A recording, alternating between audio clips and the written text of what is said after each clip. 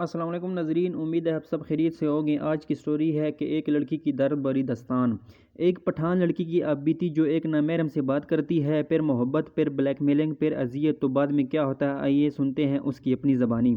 ایک لڑکی نے ایک دفعہ مجھ سے سوال کیا کہ کیا اللہ تعالیٰ وہ بھی گناہ معاف کر دے گا جن کو کرنے کے لیے ہمارا دل تو نہیں چاہتا لیکن ہم مجبور ہوتے ہیں وہ گناہ کرنے کے لیے؟ میں نے کہا بے شک وہ ذات تو غفور الرحیم ہے، وہ چاہے تو ہر گناہ معاف کر دے، لیکن آپ کے ساتھ ایسا کیا ہوا ہے جس کی وجہ سے آپ گناہ کرنے پر مجبور ہیں؟ تو اس لڑکی نے کافی میرے پوچھنے کے اصرار پر بتایا کہ آج سے 9 مہینے پہلے مجھے ایک رانگ نمبر سے میسج آیا۔ میں نے اس سے پوچھا کہ کون، اس نے اپنے نام بتایا اور اس کو پتہ چل گیا تھا کہ میں ایک لڑکی ہوں، اور اس نے کہا کہ میں ایک ISIC ہوں اور میں چاہوں تو آپ کو گھر بھی آ سکتا ہوں۔ یعنی کہ وہ اس کو ڈرانے لگا، دھمکانے لگا، اگر تم نے میرے ساتھ بات نہیں کی تو تمہارا ڈیٹا نکلوا کر گھر تک پہنچ جاؤں گا اور آپ کے بابا جان کو کہوں گا کہ آپ کی بیٹی مجھ سے پیار کرتی ہے اور ہم شادی کرنے والے ہیں۔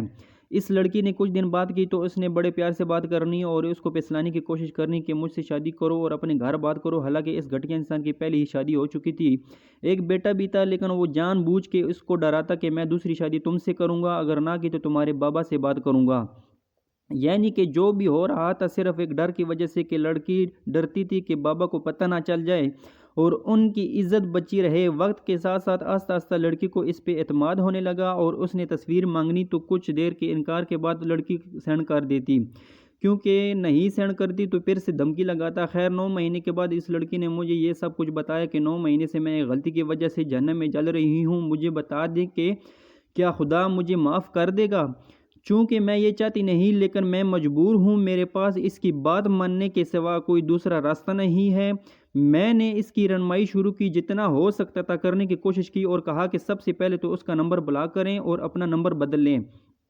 تاکہ یہ سلسلہ ختم ہو۔ وہ کہنے لگی کہ یہ کیا تو وہ گھر آ جائے گا جس کی وجہ سے بابا مجھے مار دیں گے، اور میں ایک پٹھان فیملی سے ہوں تو پٹھان بہت سخت ہوتے ہیں، بابا مجھے مار دیں گے، زندہ نہیں چھوڑیں گے۔ میں نے کہا کہ دیکھیں اللہ تعالیٰ پر بھروسہ رکھتے ہوئے یہ قدم اٹھائیں، انشاءاللہ آپ کی عزت بھی بچ جائے گی اور آپ کی جان بھی چھوٹ جائے گی۔ خیر انہوں نے میری بات مانی اور نمبر بلاک کیا اور سم توڑ دی اور نمبر چینج کر لیا۔ ڈرتے ڈرتے ان کا وقت گزرنے لگا۔ جب کچھ عرصہ کچھ نہ ہوا تو اس لڑکی کی زندگی میں سکون آنے لگا اور وہ ایک اچھی زندگی جینے لگی اور اس لڑکی نے جامعہ میں ایڈمیشن لے لیا، لیکن اس کو یہ نہیں پتہ تھا کہ یہ جو سکون آیا ہے یہ ہمیشہ کے لیے نہیں ہے، یہ ختم ہونے والا ہے اور زندگی پھر سے جہنم ہونے والی ہے۔ ایک دن میں ظہر کی نماز پڑھ کے واپس آ رہا تھا کہ راستے میں مجھے ایک میسج آیا اور میں نے موبائل نکال کے دیکھا تو اسی لڑکی کا تھا، جس میں لکھا تھا کہ میں ایک بہت بڑی مصیبت میں پھنس گئی ہوں۔ میں نے پوچھا کیا ہوا ہے تو اس نے کہا کہ اس گھٹیا انسان نے میرے نمبر سے بابا کا نمبر نکلوا کے بابا کو کال کر دی ہے کہ میں آپ کو ملنا چاہتا ہوں، اور ساتھ بابا کے نمبر پر بابا کی تصویر اور میرے بھائی کی تصویر بھی سینڈ کی ہے۔ یہ سب اس کو تب پتہ چلا جب بابا نے گھر کے نمبر پہ کال کی، پوچھا کہ اسے ایسا کوئی انسان مجھ سے ملنا چاہتا ہے، اور اس نے میری اور علی کی تصویر بھی سینڈ کی ہے۔ یہ سن کے لڑکی کے پیروں تلے سے زمین نکل گئی اور سوچنے لگی کہ اب میری زندگی ختم۔ خیر وہ لڑکی مزید روتے ہوئے بتاتی ہے میں نے جلدی سے اس غلیظ انسان کو میسج کیا اور خدا کا واسطے دینے شروع کیے، اس کے آگے ہاتھ جوڑے، اس کے سامنے روئی کہ آپ کی ہر بات مانوں گی لیکن ایسا مت کرو، میرے بابا مجھے مار دیں گے۔ اور وہ آگے سے ہنستا اور کہتا کہ اوکے میں بابا سے کچھ نہیں کہوں گا، اگر تم میرے ساتھ بات کرو گی تم اور فلاں تاریخ کو مجھ سے ملو گی، اگر نہ ملی تو میں تمہارے گھر آ جاؤں گا اور تمہارے بابا سے بات کروں گا کہ ہم ایک دوسرے سے محبت کرتے ہیں اور ہم شادی کرنا چاہتے ہیں۔ لڑکی کو اس نے کہا کہ اگر تمہارا کوئی بھی رشتے کا پروپوزل آتا ہے تو تم انکار کرو گی اور میرے ساتھ شادی کی کوشش کرو گی، گھر والوں کو مناؤ گی۔ یہ سب ہونے کے بعد لڑکی کو بخار ہو گیا جو کہ اترنے کا نام نہیں لے رہا تھا اور اس کو ڈرپس لگ رہی ہیں، اور وہ اس حالت میں بھی اس گھٹیا انسان سے بات کرنے پر مجبور کیونکہ اس کے پاس لڑکی کی تصویریں ہیں، اس کے بھائی کی تصویر ہے، بابا کی تصویر ہے، اور وہ مجبور کرتا ہے کہ اس سے بات کریں،